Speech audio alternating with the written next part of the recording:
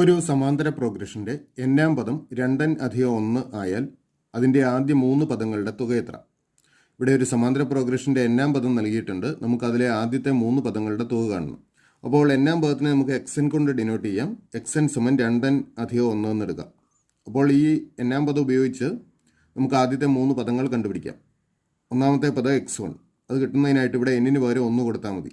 2n എന്നാൽ 2 ഗുണം n ആണ്. അപ്പോൾ n-ന് പകരം 1 കൊടുക്കുമ്പോൾ 2 ഗുണം 1 + 1. ഈ ഗുണനത്തിന് ശേഷം മാത്രമേ കൂട്ടാവുള്ളൂ. 2 2 1 3. അപ്പോൾ ഒന്നാമത്തെ പദം 3.